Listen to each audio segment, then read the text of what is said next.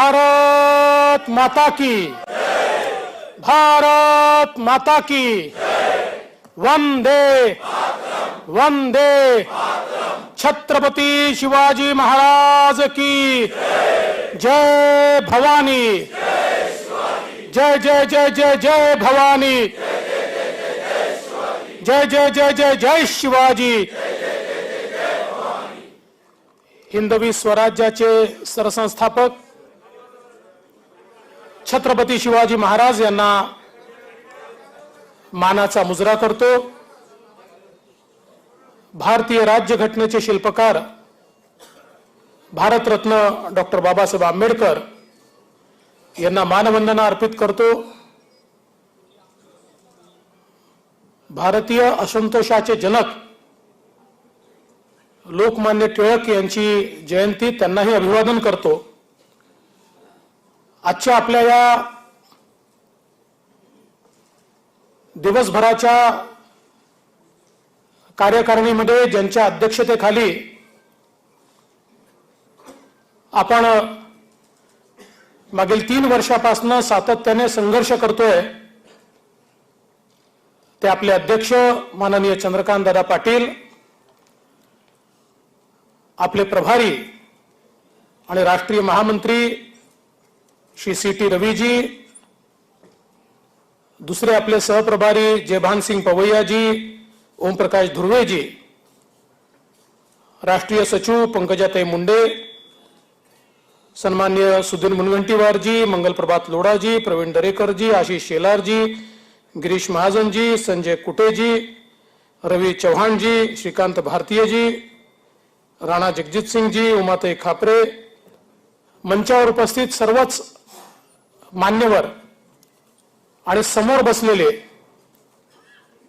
सर्व ज्येष्ठ नेते आणि उपस्थित खासदार, आमदार, लोकप्रतिनिधी, पदाधिकारी, कार्यकर्ता, भगिनी आणि बंधूंनो,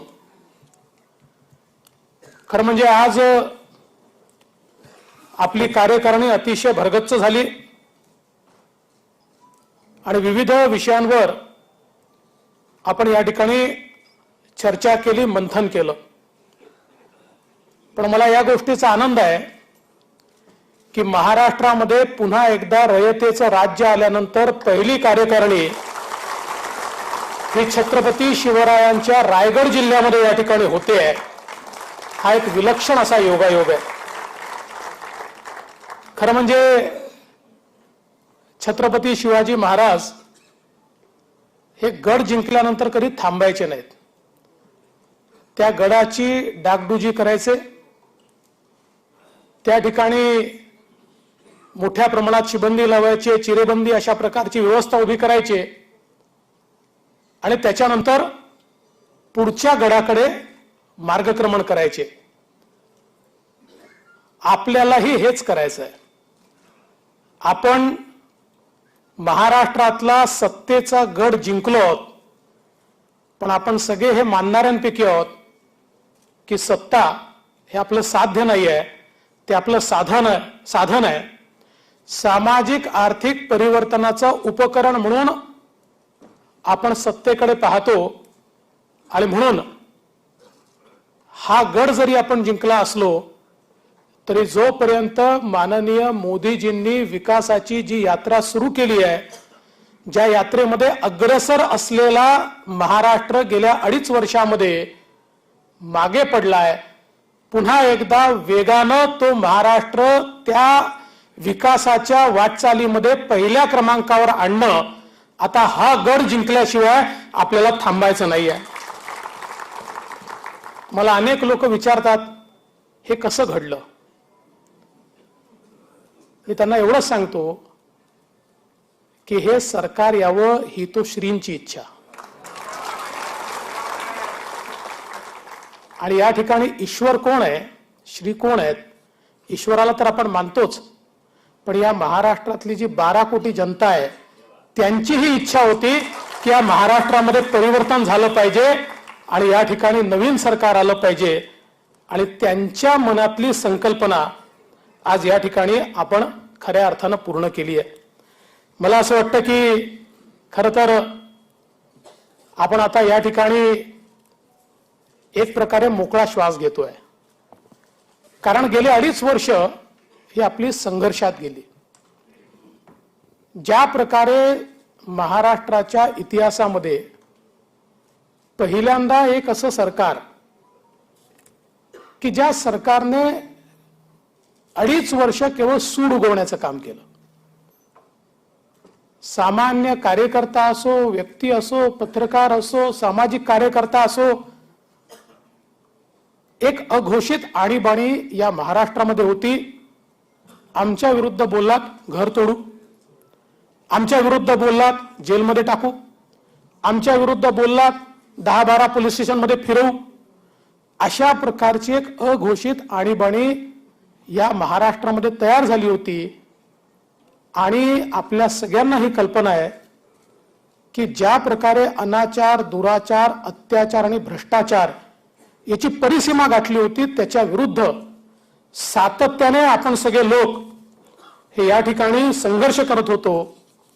आणि आज मला असं वाटतं की एक खुला श्वास घेत ही बैठक या ठिकाणी होते. पण केवळ तुम्हीच खुला श्वास घेता असं नाहीये, महाराष्ट्राची जनता ही खुला श्वास घेते. त्या जनतेला हे लक्षातच येत नव्हतं की सरकार तर आहे, पण सरकार म्हणजे कोण आहे, नेमकं कोण सरकार चालवत आहे. मी सांगायचो की सरकार चाललंय ते भगवान भरोसे चाललंय, व्यक्ती चालवत नाहीये. आणि म्हणून महाराष्ट्राची जी अधोगती आपण सगळ्यांनी बघितली ती खरं म्हणजे या ठिकाणी वेगळी सांगण्याची आवश्यकता नाहीये. आणि म्हणून काही लोकांना असं वाटत असेल की आपण सत्तेकरता परिवर्तन केलं. हे सत्तेकरता परिवर्तन नाहीये.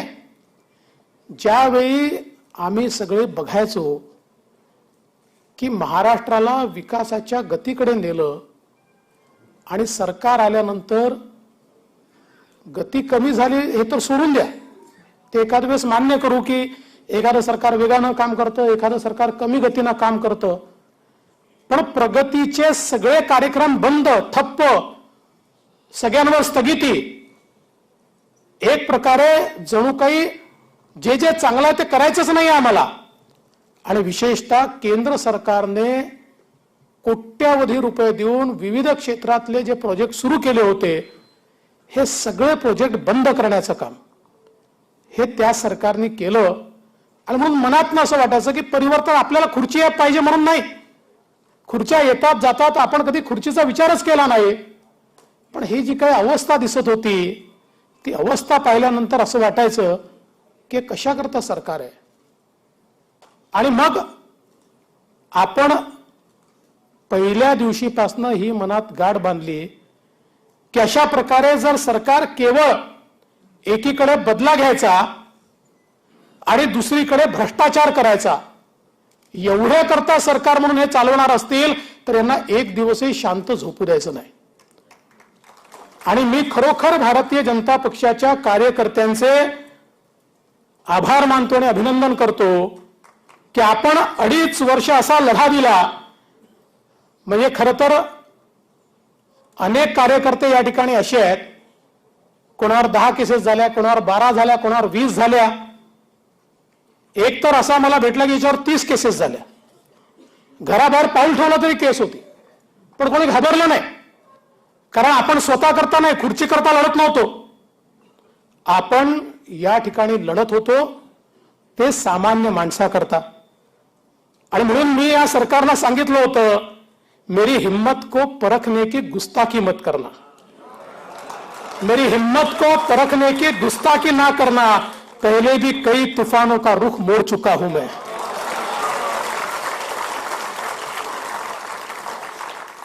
खरं म्हणजे सत्य परेशान हो सकता है,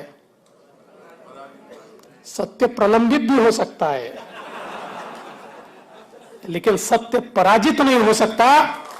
आणि तोच ते सत्य या ठिकाणी आपण खरं म्हणजे दाखवून दिलं. खरं तर आपण गेल्या सगळ्या दिवसांचा जो काही घटनाक्रम आहे तो बघितला असेल तर महाराष्ट्रात आश्चर्य घडलंय. खरं म्हणजे सत्ता एक मॅग्नेट असतं, जे मॅग्नेट लोकांना एकत्रित ठेवतं. सत्तेमध्ये एक ताकद असते, कारण प्रत्येकाचं काही ना काही ऍस्पिरेशन जे आहे ते त्यातनं पूर्ण होत असतं. कोणाचं वैयक्तिक असतं, कोणाचं जनतेकरता असतं. पण या महाराष्ट्रामध्ये पहिल्यांदा असं झालं की 50 आमदारांनी आणि त्यातले 9 मंत्री आहेत, सरकार सोडून विरोधी पक्षाकडे येण्याचा निर्णय केला. ते सरकारमध्ये होते, पण त्यांच्या हे लक्षात आलं की सरकार आहे तरी कुठे. ज्या प्रकारे त्यांना वागणूक मिळत होती, ज्या प्रकारचं सरकार चाललं होतं, त्यांच्या लक्षात आलं की हे सरकार जर 5 वर्ष आम्ही असंच चालवलं तर पुढच्या निवडणुकीमध्ये आम्ही काही दिसणार नाही. आणि म्हणून त्यांनी हा निर्णय घेतला. आणि मी खरोखर मनापासून अभिनंदन करीन श्री एकनाथ शिंदेजी यांचं. एक हिमतीचा मर्द मराठा, छत्रपतींचा मावळा हा त्या ठिकाणी बाहेर पडला. तुम्ही विचार करा, ज्यावेळी त्यांनी हा निर्णय घेतला त्यावेळी एक ठरलं नव्हतं की सरकार येईलच, हे सगळं नीट होईलच. कदाचित असंही घडलं असतं की एवढे सगळे लोक नसते आले तर त्यांचं जे काही सामाजिक राजकीय जीवन आहे, इतक्या वर्षाची जी त्यांची पुण्याई आहे, ती कदाचित समाप्त करण्यात आली असती. पण त्यांनी त्याचा विचार केला नाही. त्यांनी हे ठरवलं की मी हिंदू हृदय सम्राट शिवसेना प्रमुख बाळासाहेब ठाकरेंचा या ठिकाणी कार्यकर्ता आहे, मी त्यांचा शिवसैनिक आहे.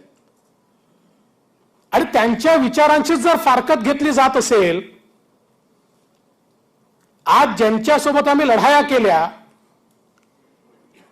त्यांच्याच अधिपत्याखाली आम्हाला काम करावं लागत असेल, ज्यांच्याबद्दल स्वतः बाळासाहेब ठाकरे असं म्हणाले की या काँग्रेस राष्ट्रवादी काँग्रेस सोबत जाण्याच्या ऐवजी माझ्या पक्षाचं दुकान मी बंद करेन, आज त्यांच्यासोबत जर जावं लागत असेल, ज्यांनी माननीय बाळासाहेब ठाकरेंना अटक करण्याचा प्रयत्न केला त्यांच्यासोबत जर जावं लागत असेल, आणि एवढंच नाही तर स्वातंत्र्यवीर सावरकरांचा रोज अपमान होत असताना तोंड दाबून बुक्क्यांचा मार सहन करायचा, आणि ज्या दाऊदच्या लोकांविरुद्ध इतकी मोठी लढाई भाजप आणि शिवसेनेने उभारली, त्याच्याशी संबंधित म्हणून मंत्री जेलमध्ये जातो, त्याच्या विरुद्ध अक्षर बोलता येत नाही, कारण त्या मंत्र्याला मंत्रिपदावरनं काढण्याची हिंमत नेते दाखवू शकत नाही. अशा या सगळ्या परिस्थितीमध्ये जो बाळासाहेबांचा खरा शिवसैनिक होता तो हे सहन करू शकत नव्हता. आणि म्हणून हे सत्तेकरता झालेलं परिवर्तन नाही आहे, हे विचारांकरता झालेलं परिवर्तन आहे. ज्या दिवशी हे ठरवलं त्या दिवशी त्यांनाही माहित नव्हतं काय होणार आहे, मलाही माहित नव्हतं काय होणार आहे. पण महाराष्ट्राच्या हिताकरता हे करणं आवश्यक होतं, म्हणून त्या ठिकाणी ते केलं.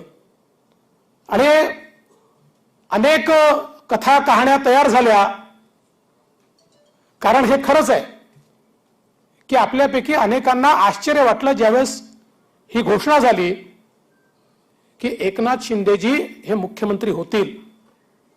पण हे काय अचानक घडलं नव्हतं, हे ठरवून घडलं होतं. आज एवढे मोठे लोक या ठिकाणी घेऊन ते येत असताना त्यांना नेतृत्व देणं हे तर महत्वाचं होतंच, पण त्याहीपेक्षा महत्वाचं काय होतं तर भारतीय जनता पार्टी सत्ता पिपासू नाही आहे. केवळ आमचा मुख्यमंत्री बनला पाहिजे म्हणून आम्ही सरकार पाडतो अशापैकी आम्ही नाही आहोत. तर आम्हाला विचारांची लढाई आहे.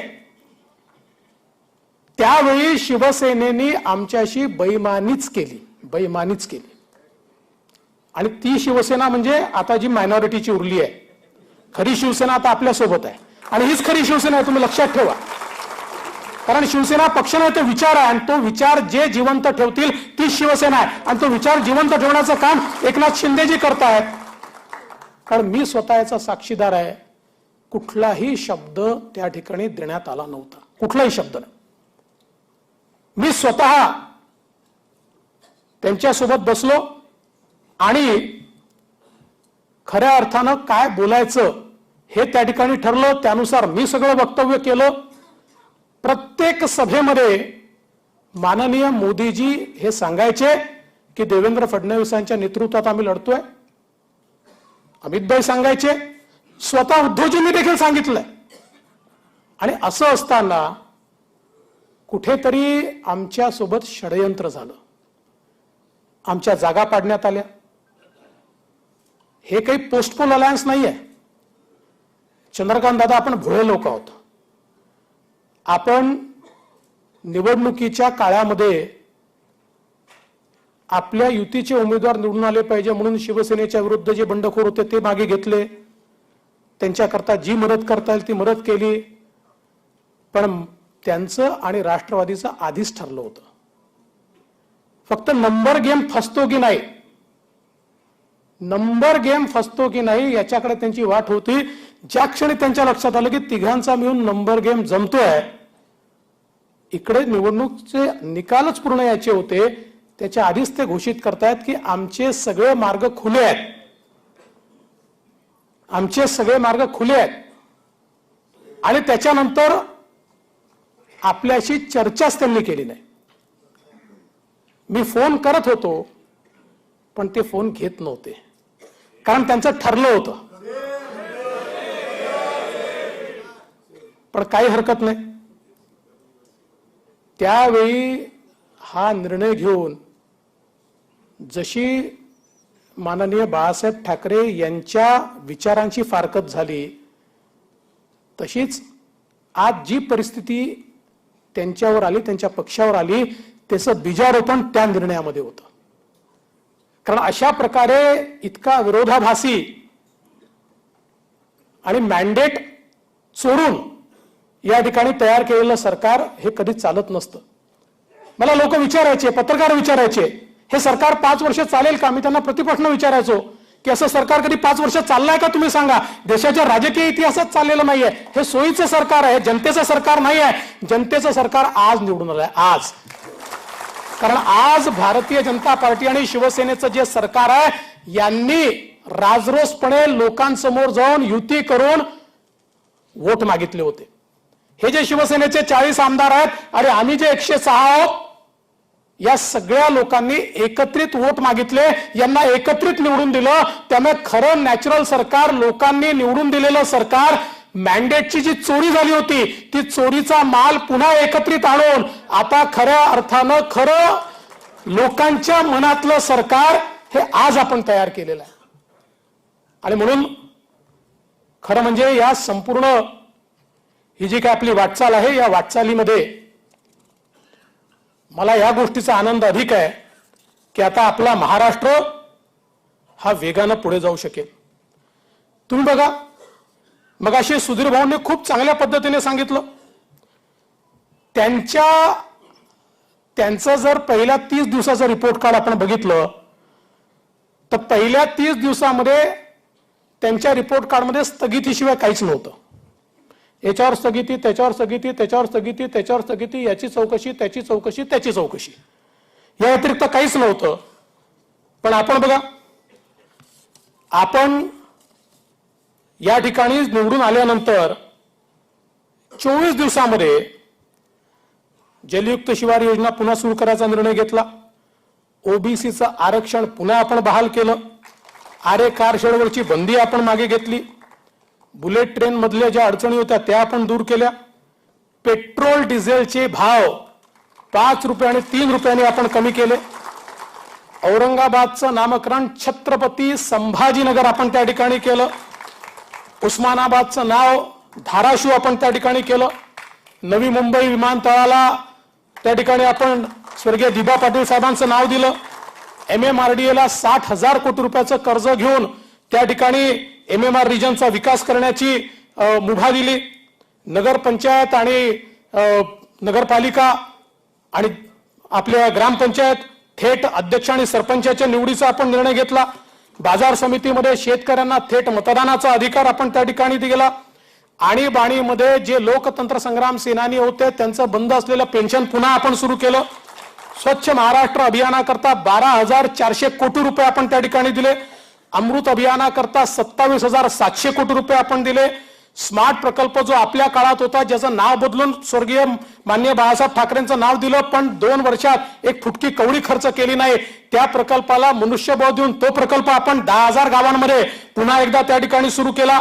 यासोबत वर्ल्ड बँकेसोबत पुन्हा एकदा त्या ठिकाणी बैठक करून हे जे काही आपलं सातारा, सांगली आणि कोल्हापूरमध्ये जे पुराचं पाणी येतं, जे कर्नाटकच्या हिश्श्याचं नाही, आपल्या हिश्श्याचं नाही, जे पुराचं पाणी आहे, हे पुराचं पाणी दरवेळेस पूर आणतं, याला डायव्हर्जन कॅनल काढून आपल्याला मराठवाड्याकडे कसं नेता येईल या संदर्भातला आपण प्रस्ताव तयार केला आणि वर्ल्ड बँकेची टेंटेटिव्ह मान्यता त्याला त्या ठिकाणी घेतली.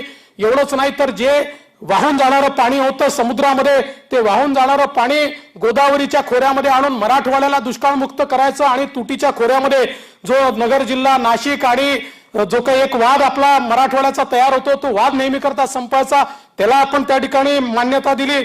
वैनगंगा, नळगंगा सारखा प्रस्ताव की ज्यामध्ये 450 किलोमीटर या ठिकाणी टनेल टाकून गोसीखुर्दच्या खालून जे 100 TMC पाणी वाहून जातं, जे कोणाच्या हिश्श्याचं नाही आहे पण ते कोणी वापरू शकत नाही, ते पाणी या टनेलच्या माध्यमातून या ठिकाणी आणून जो काही पश्चिम विदर्भ आणि पूर्व विदर्भातला दुष्काळी एरिया आहे, या दुष्काळी एरियाला पूर्णपणे त्या ठिकाणी दुष्काळमुक्त करण्याच्या संदर्भातला निर्णय हा आपण त्या ठिकाणी घेतला. मग वारकऱ्यांना टोल माफी देण्याचा विषय असेल किंवा वेगवेगळ्या प्रकारचे विषय असतील, अनेक विषय या ठिकाणी आहेत. अगदी 2 वर्षानंतर मोकळा श्वास घेऊन गणेश उत्सव साजरा करण्याचा निर्णय असेल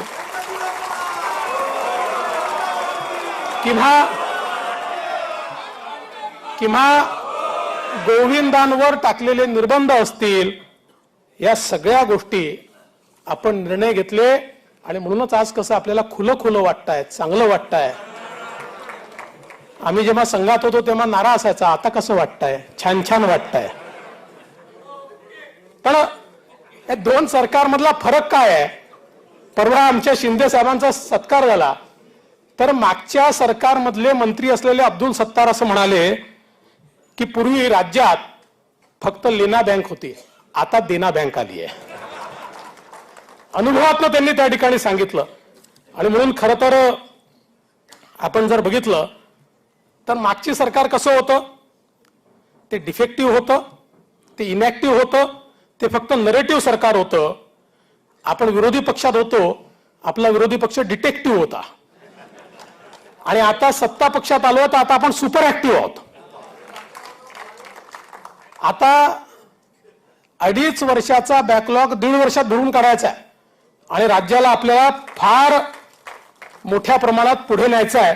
आणि मला विश्वास आहे, खरं म्हणजे एक गोष्टीचा उल्लेख या ठिकाणी केला पाहिजे की या सगळ्या संक्रमणाच्या अवस्थेमध्ये विधानमंडळातील आमचे सहकारी असतील किंवा विधानमंडळाबाहेरील आपले नेते असतील, हे अतिशय भक्कमपणे आम्ही सगळे एकजुटीने राहिलो, आपण सगळे एकजुटीने राहिलो. आणि सगळ्यांनी मिळून मला विरोधी पक्ष नेता बनवल्यानंतर पूर्ण ताकदीनं दोन्ही सभागृहातले आमदार हे माझ्या पाठीशी उभे राहिले. कोणी निर्णयावर प्रश्नचिन्ह उभं केलं नाही. कोणीही हा निर्णय का होतोय, अस्वस्थता असायची, कारण कोणाला माहितीच नव्हतं काय ऑपरेशन चाललंय किंवा काय होत आहे याची लोकांना वाटायचं की असे स्वस्त का बसले आहेत, इतकं नालायक सरकार आपल्याला पाहायला मिळत आहे, हे काहीच का करत नाही, यांना काय 5 वर्ष असेच घालवायचे आहेत का, अशी अस्वस्थता अनेकांच्या मनात असायची. काही बोलूनही दाखवायचे की आपण का काही करत नाहीये, आपण का काही करत नाहीये. पण कोणीही निर्णयावर कधी प्रश्नचिन्ह निर्माण केलं नाही. शेवटी लढाई लढायची असेल तर सेनापतीच्या मागे सगळे जेव्हा भक्कमपणे उभे राहतात तेव्हाच लढाई जिंकता येते. आपल्याकडे तीच अवस्था होती. सगळ्यांनी मिळून मला सेनापती केलं होतं, सगळे भक्कमपणे माझ्या पाठीमागे होते आणि तिकडे जे स्वतःहून सेनापती झाले होते त्यांचे सरदार कधी निघून गेले हे देखील त्यांना कळलं नाही, कारण ते त्यांच्या मागे नव्हते, कारण संबंध नव्हता. शेवटी नेत्याचा इतरांशी एक कनेक्ट असावा लागतो. हे बघा, केवळ नेतृत्व जे मिळतं, आज आम्ही सगळे मंचावर बसलेले लोक असू, तुम्ही सगळ्यांनी मिळून आम्हाला नेता बनवलंय, पण केवळ तुम्ही आम्हाला एखाद्या पदावर बसवलं या आधारावर आम्ही नेते होत नाही, तुमचा आणि आमचा इमोशनल कनेक्ट काय आहे हा महत्वाचा असतो. आणि जिथे इमोशनल कनेक्ट असतो तिथे अतिशय विपरीत परिस्थितीतही आपली मतं नाही फुटली. त्यांची फोडून आपण राज्यसभा निवडून आणली, त्यांची फोडून आपण विधान परिषद निवडून आणली. आणि म्हणून मला असं वाटतं की हे जे काही या ठिकाणी आपण करू शकलो ते खऱ्या अर्थानं ही जी काही आपली एकजूट होती, सगळे लोक सोबत होते, त्याच्या आधारावरच आपण करू शकलो. आणि एक गोष्ट निश्चितपणे या ठिकाणी सांगितली पाहिजे की या सगळ्या संघर्षाच्या दरम्यान आपली जी केंद्रीय पार्टी आहे ती अतिशय भक्कमपणे आपल्या पाठीशी उभी होती. आणि विशेषतः आपले माननीय गृहमंत्री अमितभाई शहा यांचा मी विशेष उल्लेख करीन. हिंदीमध्ये जर आपण सांगायचं तर चट्टान की तरह वो पीछे खडे थे, चट्टान की तरह, पहाडासारखे ते आपल्या मागे होते. आपले अध्यक्ष नड्डाजी यांचं मार्गदर्शन होतं. आणि हे सगळं करत असताना अर्थातच सगळ्यात जास्त इन्स्पिरेशन कोणाचं असेल, प्रेरणा कोणाची असेल तर ती आपल्या पंतप्रधानांची होती. कारण आपण रोज हे बघत होतो की पंतप्रधान इतकी मेहनत करतायत, आपल्या संपूर्ण जगामध्ये त्यांचं नाव होत आहे, आणि इथे मात्र काही मूर्ख लोक रोज त्यांच्याबद्दल वाईट बोलतात, रोज केंद्र सरकारला नावं ठेवतात आणि लोकहिताचे सगळे प्रोजेक्ट हे बंद करतात. हे पाहिल्यानंतर राग तर याचा, पण त्याहीपेक्षा प्रेरणा मिळायची, त्याहीपेक्षा ऊर्जा मिळायची की नाही हे बदललंच पाहिजे. आपल्या पंतप्रधानांसोबत आपलं सरकार असलंच पाहिजे, आपल्या पंतप्रधानांच्या पाठीमागे आपला महाराष्ट्र उभा राहिलाच पाहिजे. आणि तो होताच, तो चोरून नेला होता, तो पुन्हा या ठिकाणी आपण परत आणला. आणि म्हणून आज या सगळ्या परिवर्तनामध्ये हे जे काही या ठिकाणी घडलंय हे त्यांच्या आशीर्वादाने घडलंय. मगाशी आशिषने सांगितलं खरं आहे, मुळामध्ये हे सगळं करत असताना मी हा निर्णय घेतला होता की आपण बाहेर राहून पक्षाचं काम करावं, आणि तशा प्रकारे पूर्ण तयारी देखील केली होती. परंतु ज्येष्ठांनी सांगितलं आणि उपमुख्यमंत्री पदाची शपथ घ्यायला सांगितल्यावर मी तात्काळ उपमुख्यमंत्री पदाची शपथ घेतली. मला असं वाटतं की हा सन्मान आहे. याचं कारण असं आहे, माझ्या नेत्यांनी मला जर सांगितलं असतं की तुझी गरज संपली आहे घरी जा, तर घरी गेलो असतो. पण त्यांनी असं नाही सांगितलं. त्यांनी मला सांगितलं की सरकार चालवायचं आहे, सरकार चालवण्याकरता तू आतमध्ये असणं आवश्यक आहे. सरकार बाहेरून चालत नाही. सरकार हे अनकॉन्स्टिट्युशनल किंवा एक्स्ट्रा कॉन्स्टिट्युशनल अथॉरिटी बनवून चालवता येत नाही. सरकार सरकारमध्ये राहूनच चालवावं लागतं. त्यामुळे आमची इच्छा आहे, मला असं वाटतं की एवढा मोठा सन्मान हा या ठिकाणी माझ्या नेत्यांनी मला दिला. आणि खरं म्हणजे माननीय नड्डाजींसारख्या आपल्या अध्यक्षांनी त्या ठिकाणी सांगणं की आम्ही देवेंद्रजीला विनंती केली आणि आदेश दिलाय की त्यांनी गेलं पाहिजे. आणि माननीय अमितभाई असतील किंवा माननीय पंतप्रधान असतील यांनी ज्या भावना व्यक्त केल्या, मला असं वाटतं की त्या भावना वाचल्यानंतर किंवा त्या पाहिल्यानंतर मला तर माझ्या जीवनात कृतकृत्य झाल्यासारखं वाटलं. कारण एका कार्यकर्त्याला त्याच्या नेत्यांकडनं अशा प्रकारे भावना मिळणं यापेक्षा जीवनात अजून मोठं काय असू शकतं. आणि म्हणून मला असं वाटतं की एक प्रकारे हा फार मोठा सन्मान आहे. आणि एकनाथराव शिंदे हे आपले नेते आहेत. कुठल्याही, आपण सगळ्यांनी लक्षात घेतलं पाहिजे, कुठल्याही सरकारचे एकच मुख्यमंत्री असतात आणि मुख्यमंत्री हेच नेते असतात. आणि त्यामुळे आपल्या सगळ्यांचे नेते शिंदेजीच आहेत. हे मी याकरता सांगतो की मगाशी चंद्रकांत दादांनी काही गोष्टी सांगितल्या, त्याचे वेगळे अर्थ काढण्यात आले. चंद्रकांत दादांनी एवढंच सांगितलं की आपल्याला हे माहिती नव्हतं, आपल्याला असं वाटत होतं आपलंच सरकार येणार आहे, आपल्याला असं वाटत होतं की देवेंद्र फडणवीसच मुख्यमंत्री होणार आहे. अचानक हा निर्णय आल्यामुळे आपल्याला धक्का बसला. याचा अर्थ त्यांना किंवा आपल्या कोणाला एकनाथ शिंदे मान्य नाहीत किंवा काय आपलं वेगळं मत आहे असं बिलकुल नाही. तर त्या सगळ्या प्रक्रियेमध्ये आम्ही सगळे एकत्रित होतो. त्या एकत्रित असताना हे सगळे निर्णय आम्ही घेतले. त्यामुळे मला असं वाटतं की अशा प्रकारे अर्थात आता हे चालत असतं, माध्यमांचं काम असतं, माध्यमांना अर्थ काढायचे असतात, ते अर्थ ते काढत असतात. पण हे मी पुन्हा एकदा महाराष्ट्राच्या जनतेला सांगू इच्छितो, आता हे जे काही शिवसेना भारतीय जनता पक्षाचं सरकार आहे, हे सरकार 2.5 वर्ष तर पूर्ण करेलच, पण त्याच्यानंतर भव्य अशा प्रचंड अशा बहुमताने पुन्हा एकदा या महाराष्ट्रात निवडून येईल.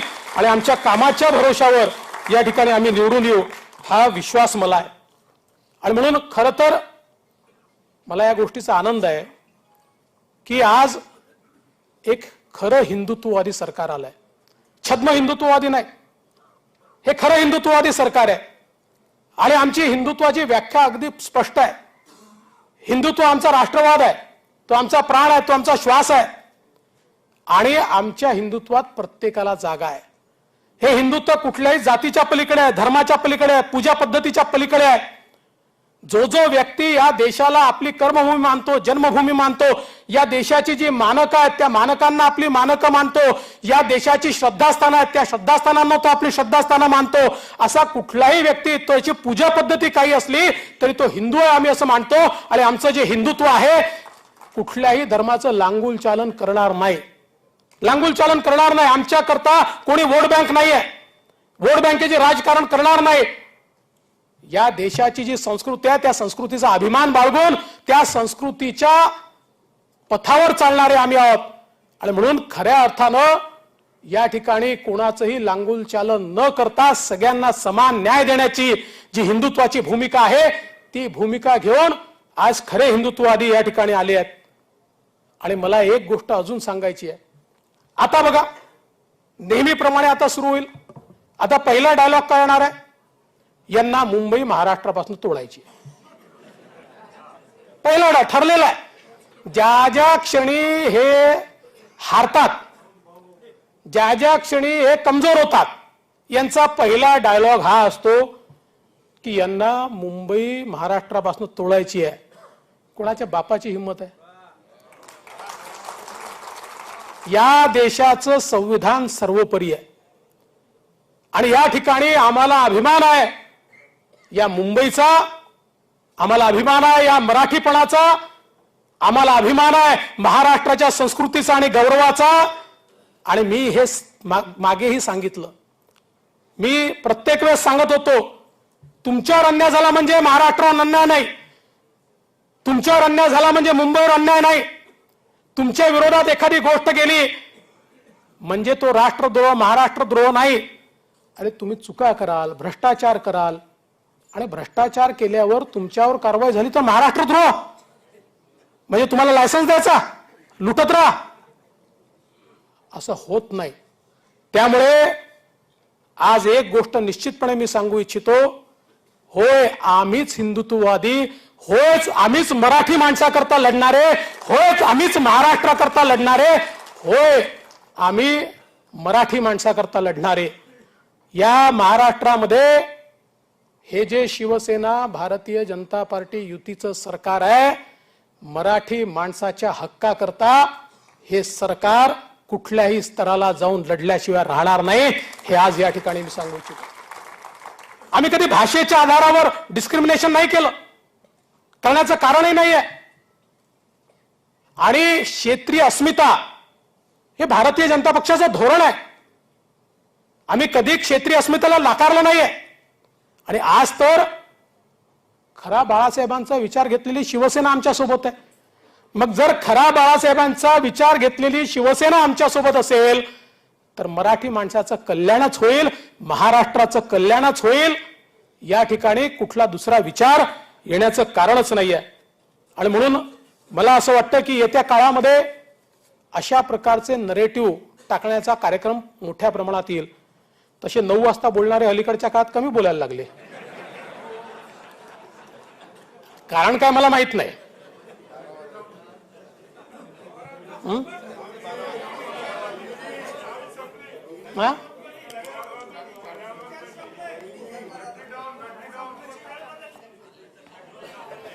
खरं म्हणजे तुम्ही त्यांना शिव्या देऊ नका प्लीज. त्यांचे आभार माना. हे सरकार येण्यात त्यांचा जेवढा वाटा आहे तेवढा इतर कोणाचाच नाहीये. महाराष्ट्राच्या जनतेला त्यांनी वैताग आणला, शिवसेनेच्या नेत्यांना त्यांनी वैताग आणला, सगळ्यांना त्यांनी वैताग आणला. म्हणजे सगळ्यांनी मिळून ठरवलं की बाबा हे जर बंद करायचं असेल लाऊडस्पीकर तर सत्ता परिवर्तनाशिवाय पर्याय नाही. त्यामुळे खरं तर आपण त्यांना धन्यवादच दिले पाहिजे. मी तर असं म्हणेन की हे सरकार कसं आहे, हे भारतीय जनता पक्षाचे मोदी सैनिक आणि बाळासाहेबांचे शिवसैनिक यांनी एकत्रित येऊन तयार केलेलं सरकार आहे. त्यामुळे हे महाराष्ट्राला शिखरावर नेल्याशिवाय या ठिकाणी राहणार नाही. खरं तर अनेक गोष्टी या ठिकाणी सांगायच्या आहेत, पण वेळ देखील एक मर्यादित आहे. पण मला या गोष्टीचा आनंद आहे.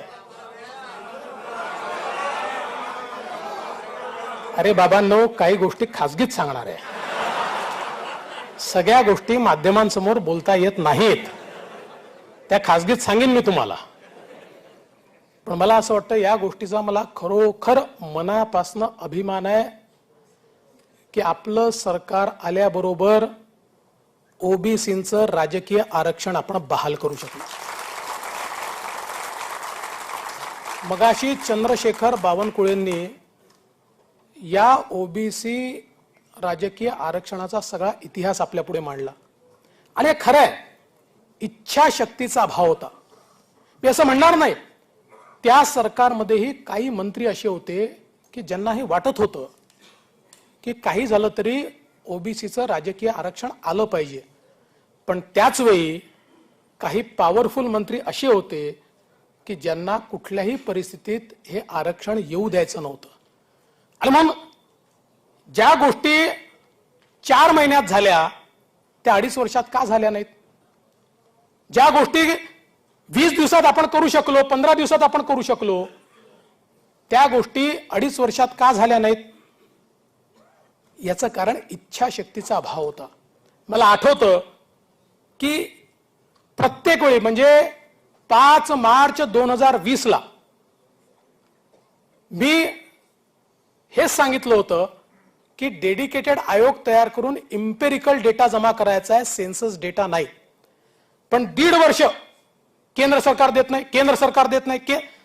शेवटी कोर्टाने सांगितलं बाबा ते केंद्राचा सेन्सस डेटा नाही, आम्हाला इम्पेरिकल डेटा पाहिजे आणि तो डेडिकेटेड आयोगाने जमा केलेला. म्हणजे हे जर त्यावेळी 3-4 बैठकांमध्ये याची सगळी सिस्टीम ही मी समजून सांगितली, सरकारने केली नाही. हीच परिस्थिती मध्य प्रदेशमध्ये आली.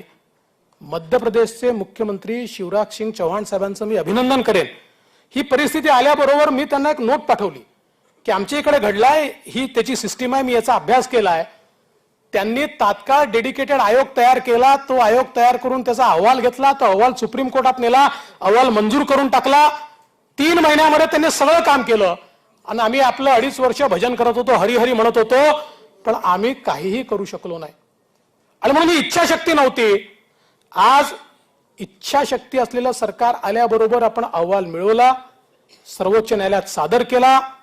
तो आपण त्याच्यावर जे काही समोरच्यांचं म्हणणं होतं ते म्हणणं मांडण्याची त्यांना संधी त्या ठिकाणी सर्वोच्च न्यायालयाने दिली. आणि श्री तुषार मेहता जे देशाचे सॉलिसिटर जनरल आहेत, मी आणि शिंदे साहेब आम्ही दोघे त्यांच्याकडे गेलो. आम्ही त्यांना सांगितलं की मध्य प्रदेशची केस तुम्ही त्या ठिकाणी लढला होतात, त्यामुळे तुम्ही आमची केस लढली पाहिजे. त्यांनी ते मान्य केलं. ते होते सिनियर काउन्सिल नाफडे साहेब होते, अनेक लोक होते. मी सगळ्यांची नावं आज घेणार नाही, मी आधी घेतली आहेत. आणि अतिशय चांगल्या प्रकारे बाजू मांडून 20 तारखेला आपल्या पदरी त्यांनी हे आरक्षण या ठिकाणी पाडून दिलं. आता हे खरं आहे की 3-4 जिल्ह्यांचा प्रश्न अजून आहे, कारण सर्वोच्च न्यायालयाने 50% मर्यादा ओलांडू नका सांगितलं.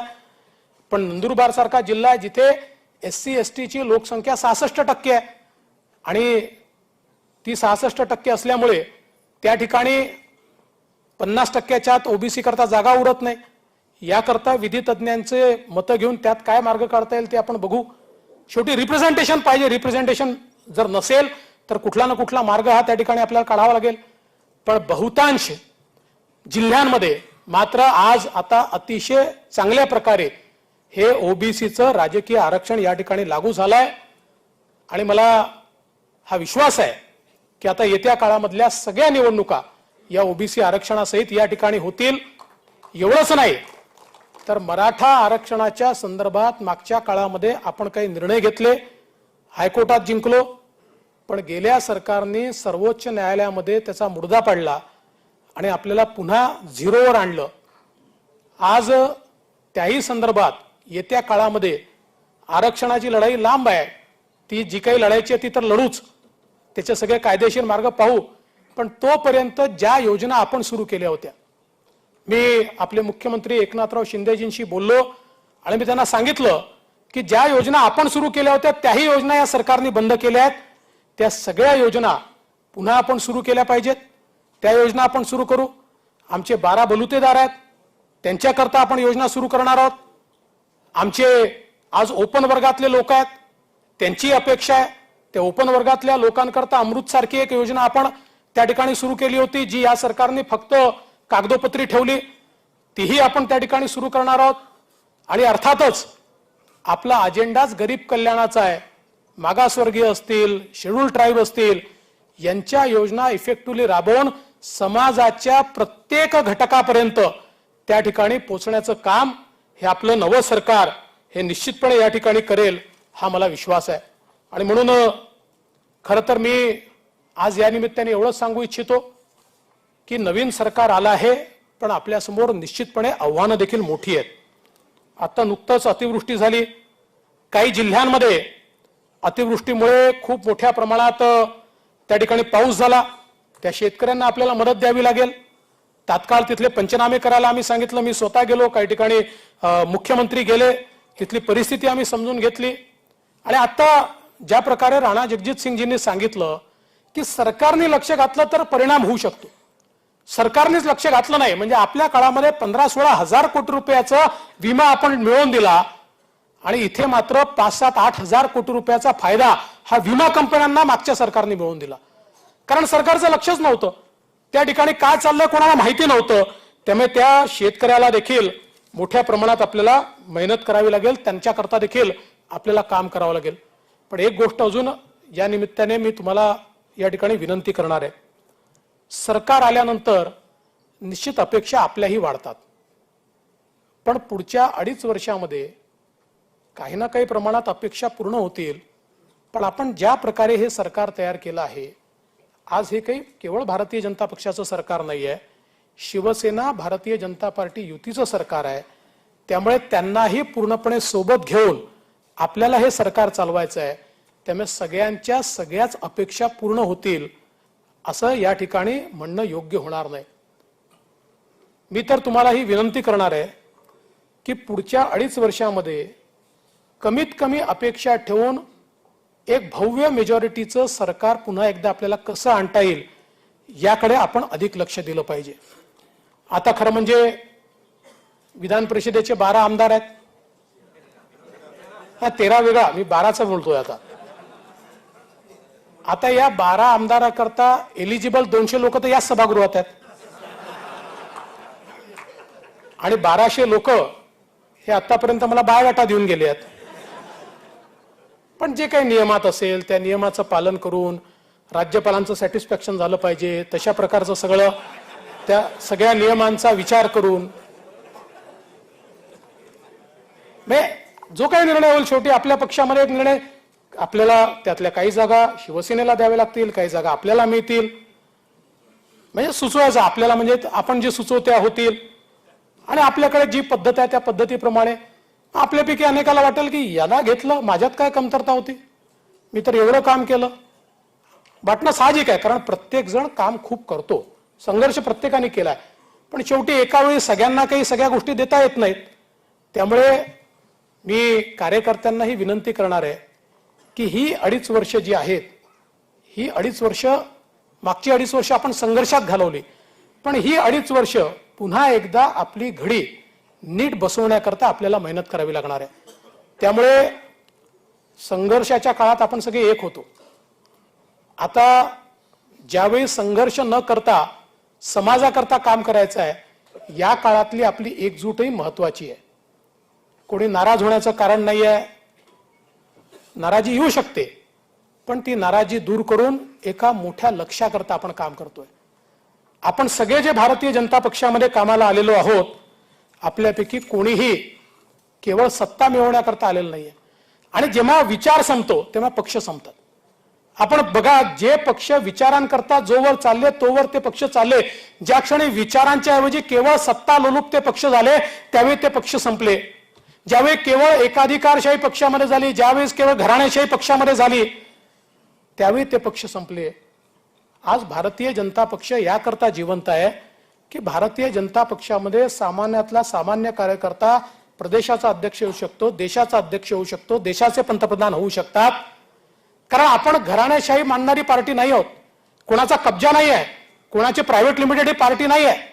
एखाद्या नेत्याच्या मुलाने मुलीने राजकारणात यावं याला आपल्या पक्षात नाही आहे, पण तो अधिकार कोणाचा नाही आहे, पक्षावर अधिकार कोणाचा नाही आहे.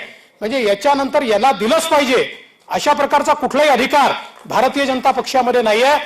त्यामुळे प्रत्येकाला आपल्या मेहनतीच्या आधारावर या ठिकाणी पुढे यायचं आहे. आज अनेक लोक तशा प्रकारे आपल्या पक्षामध्ये पुढे येत आहेत आणि म्हणून मला असं वाटतं की ज्या क्षणी आपण विचार सोडून केवळ सत्तेच्या पाठीमागे लागू त्या दिवशी भारतीय जनता पक्षाचाही ऱ्हास व्हायला वेळ लागणार नाही. आणि म्हणून विचाराने कार्य करणाऱ्या कार्यकर्त्यांना त्यागाची भूमिकाही सोसावी लागते.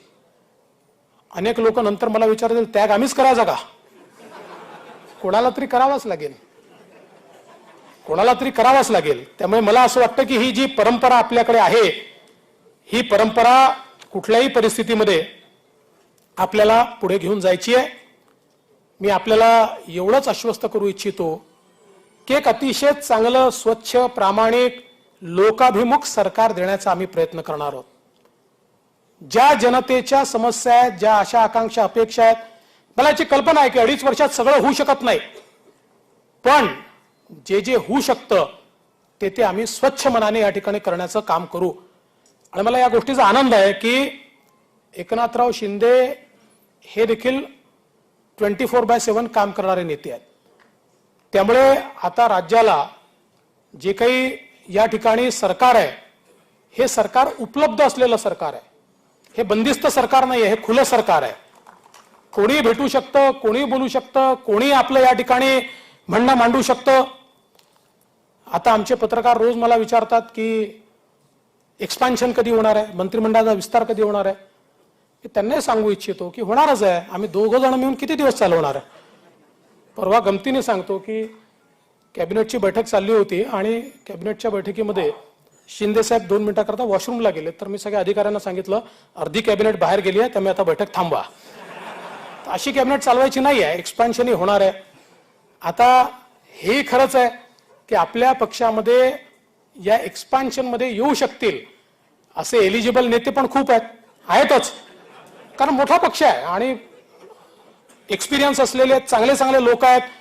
अनेक म्हणजे काही तर असे आमदार आहेत की जे मंत्री झाले नाहीत पण ज्यांनी आपली चुणूक दाखवली आहे.